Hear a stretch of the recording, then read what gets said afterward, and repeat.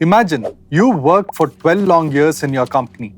You have good reviews, your salary is great, your boss loves you, your colleagues like you, things are going great.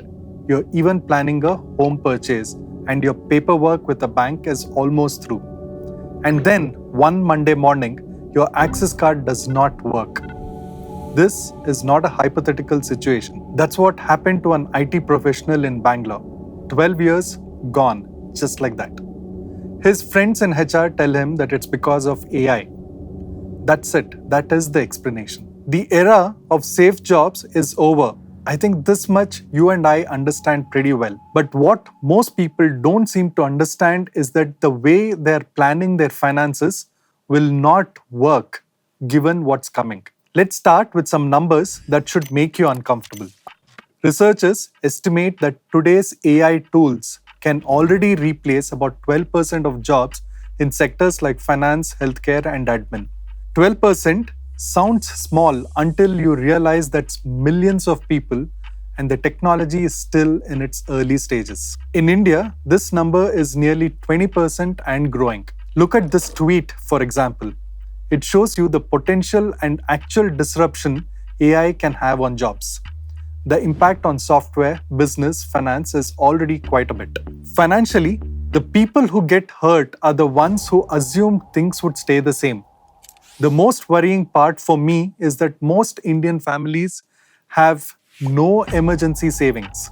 Most people still depend on their employer entirely for health coverages. Most people's financial plans assume a stable 30-year career. This particular financial planning mindset has to change, and changes have to be made assuming there will be disruptions in your career. I've been personally thinking about this quite a bit, and in this video, I'd like to share 5 thoughts that will help you rewrite your financial plan. First up in my financial rewiring plan is the housing loan. With AI in the mix, you can no longer afford to think about long-term liabilities. In simple terms, planning a home loan with 15-20-year repayment tenure may no longer make sense. Think about this. You plan a big house purchase and 2 years down the line, you figure that your entire industry is replaced by an AI agent. Someone on Reddit put it perfectly, and I actually made a note. The doom and gloom of AI is making me scared to take a loan. The fear of layoffs and being unable to service EMIs is giving me sleepless nights. I'm fairly certain we all can relate to this. However, this does not mean you should never aspire for a home. In fact, I feel now is the time to actually consider owning a house. Having a home comes with immense sense of security, and I really think it's important to give ourselves and our loved ones this security. But the way to go about it needs to change. If you need to take a loan for your home purchase, then do so. But keep this framework in perspective. Keep your EMIs under 35% of your take-home income. That 35% is the ceiling and not the target. Banks may approve higher EMIs, but 35% keeps your finances resilient. This leaves enough room for savings, insurance, and unexpected shocks like a job loss or a salary cut. Put down 25 to 30% as your down payment. The smaller the loan, the smaller the risk. Run the worst-case scenario before you sign anything. Things like if your income dropped by 30%, or if the income disappeared completely for 6 months, could you still service your own? If the answer is no, then unfortunately you're not ready for a home purchase just yet. Like I mentioned earlier, this is not about you not buying a home. It is about buying when you have stress tested the decision. Big financial commitments made in uncertain times can turn a setback into a decade-long struggle. So do think about it. Next up is emergency funds, and let's talk about it. You need an emergency fund, that's a given. Your emergency fund is in fact your first line of defense when your income stops. If your financial foundation is solid, losing a job is a setback. If the foundation is weak, then it can be catastrophic. A traditional financial plan mandates 6 months of emergency fund. This includes EMIs, groceries, school fees, and insurance premiums, and all the other expenses that you regularly incur. But I think this has to increase. Just 6 months will not cut it. Think about 10 or perhaps even 12 months of emergency funds. This money has to be in liquid form and available to you immediately whenever you need it. If your income is irregular, for example, if you're a freelancer, gig worker, or a contract employee, then you need more than 12 months because your dry spells can last longer and you can't predict when they will hit you. Now, I know most people think I'll start saving once I pay off this debt or I'll start next month. Unfortunately, that thinking is exactly why most people end up in crisis. Start now, even if it's small. A 5,000 rupee monthly transfer to a separate savings account itself is a good start. Build it up one bit at a time. Build it up slowly, and that's absolutely fine. And one important rule: this fund is not for vacation, not for a sale on something you always wanted, not for anything except for a true emergency, such as a job loss, medical crisis, or an urgent repair at home. Use it only when you must and replenish it as fast as you can whenever you use it. Here is the third thing on my list. Most salaried professionals assume that their employer's health insurance is sufficient. It isn't for two particular reasons.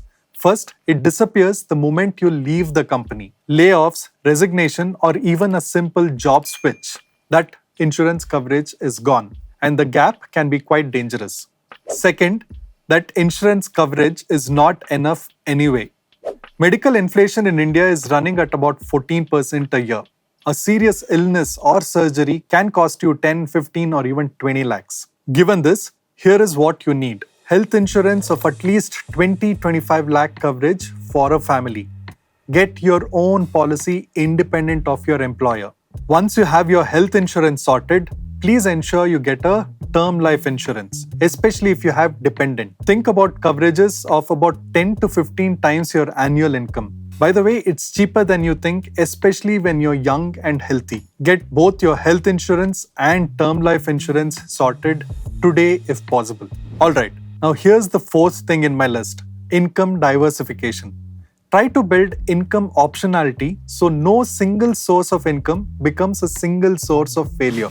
If you're earning, figure out ways to enable your partner to start contributing. And if you're not earning, then figure out a few ways to help your family's finances. I know this may not sound possible immediately, but at least start thinking about it.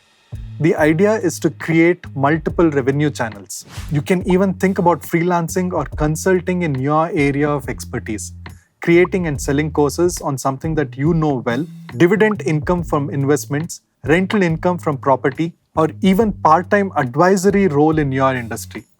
Look, you don't need to replace your entire salary with a side income. Even a 20 or 30,000 a month from another source changes your psychology in crisis. You will not panic because you will have a backup. Lastly, think about the way you make your investments.